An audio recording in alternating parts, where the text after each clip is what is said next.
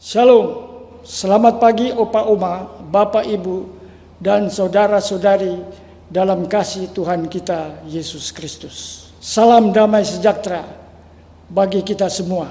Pada hari ini, Senin, tanggal 24 Juli 2023, sebelum Opa Oma, Bapak Ibu beraktivitas, baiklah kita mulai dengan program saya dan PKLU membaca Alkitab bersama. Perkenalkan, nama saya Yansen Yafet Hubungan, anggota PKLU GPIB Gloria Bekasi.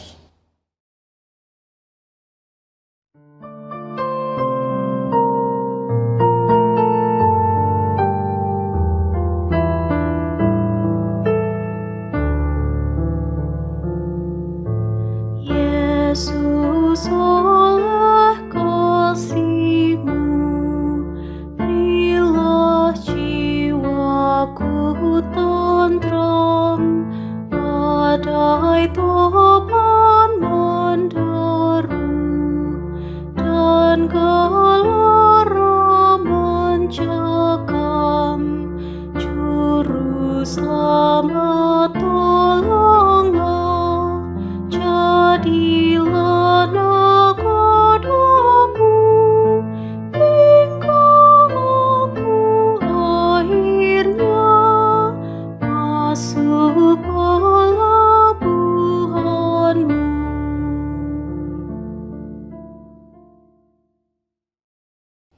Opa Oma, Bapak Ibu, sebelum kita membaca bagian dari Alkitab dan merenungkannya, mari kita satu dalam doa.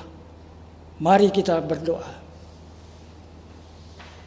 Puji syukur dan terima kasih kami panjatkan kepadamu Bapa Surgawi, karena penjagaan dan penyertaan-Mu sepanjang malam hari berlalu, kami dapat bangun pada pagi hari ini dalam keadaan sehat, sejahtera, dan diberkati. Pada saat ini, kami akan memulai aktivitas keseharian kami, namun sebelumnya kami buka pagi hari ini dalam doa dan pembacaan bagian dari Alkitab serta merenungkannya.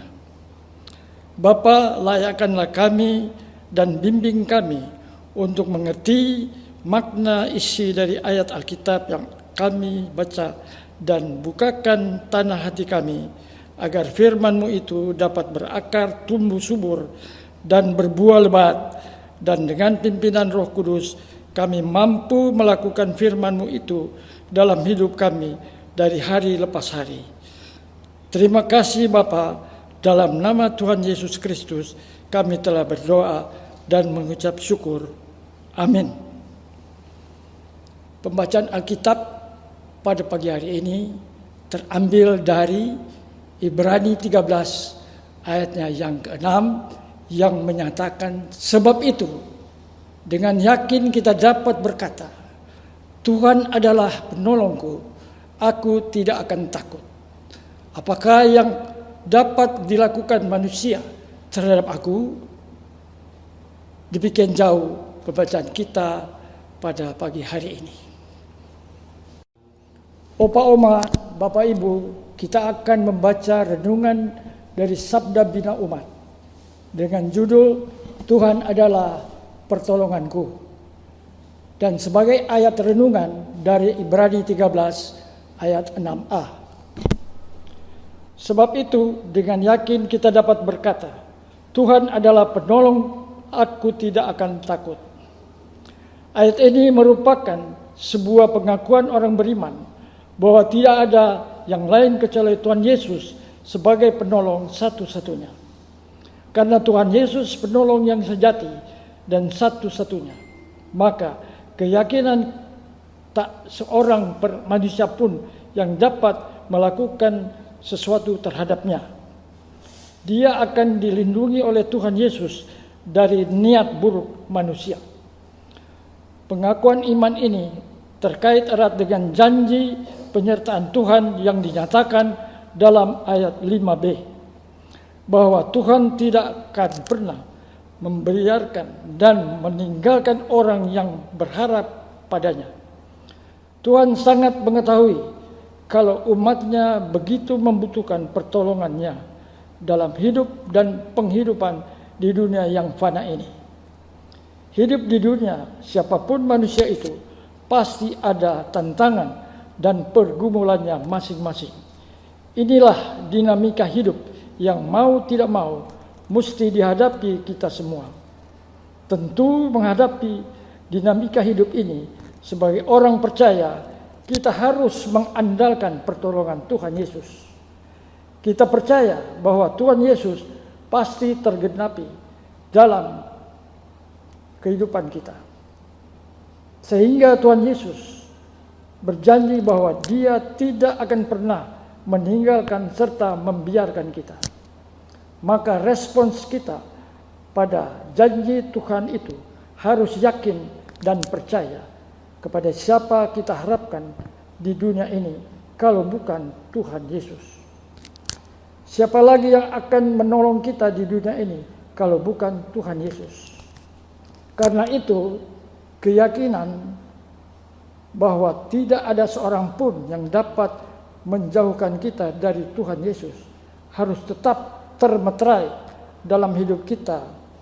Kita percaya jika kita menyerahkan hidup kita seluruhnya dalam pemeliharaan Tuhan Yesus, Dia pasti akan merangkul kita. Tak seorang pun dapat melakukan itu pada kita kecuali Tuhan Yesus. Tak seorang pun dapat melawan kuasa Tuhan Yesus. Pertolongan Tuhan Yesus tidak pernah usang dan tak berkesudahan. Tuhan Yesus selalu hadir dalam persekutuan dengan umatnya melalui kuasa roh dan firman-Nya. Orang Ambon manis bilang, tete manis sengada lawan.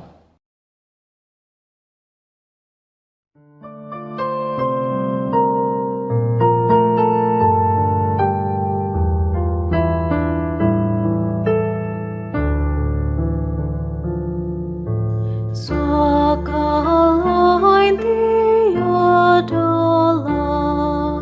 kau tempatku berteduh, Tuhan tinggallah serta dan kuatkan hatiku, andalanku dikala Kau penolong yang teguh, bumi aku yang lemah dengan sayap kasih-Mu.